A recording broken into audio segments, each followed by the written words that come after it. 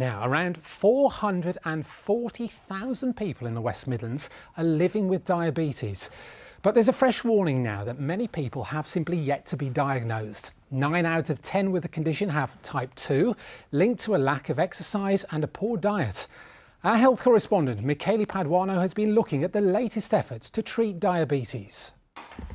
When 66-year-old Mahinder Singh Chaira's health check showed he was borderline diabetic, he went on the NHS prevention programme. South Asians are far more prone to diabetes. Cut down a lot of the processed foods and some fried food, cut out a lot of the sugars, and that in itself, after 6 months, has reduced my borderline glucose, blood glucose, back to normal. Mark Cronin is more tuned in now to the dangers of diabetes. He was diagnosed at 29. At 34, he's had his leg amputated and has partially lost the sight in one eye. I might sort of be a cautionary tale to them, and they can then sort of take that home and tell who it is. Look, I met this young man, he's got these problems, you need to get it sorted. So from it happening to me, I hope that I can help other people.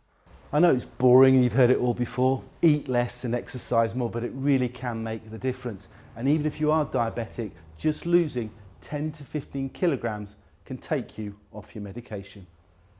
10% of the NHS budget is spent on diabetes.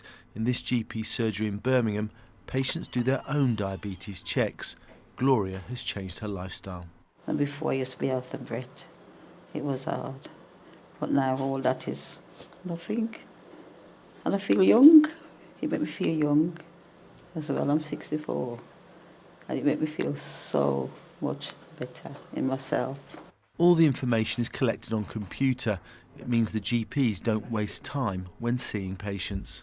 Diabetes increases your risk of heart disease, it increases your risk of stroke, it increases your risk of amputation, it causes eye problems and can lead to blindness. And all of those things we always thought was pretty much a death sentence or when you were diagnosed. I don't think that is the case anymore. The NHS is doing its best, but it's up to patients to stick to the path. Manir, BBC Today.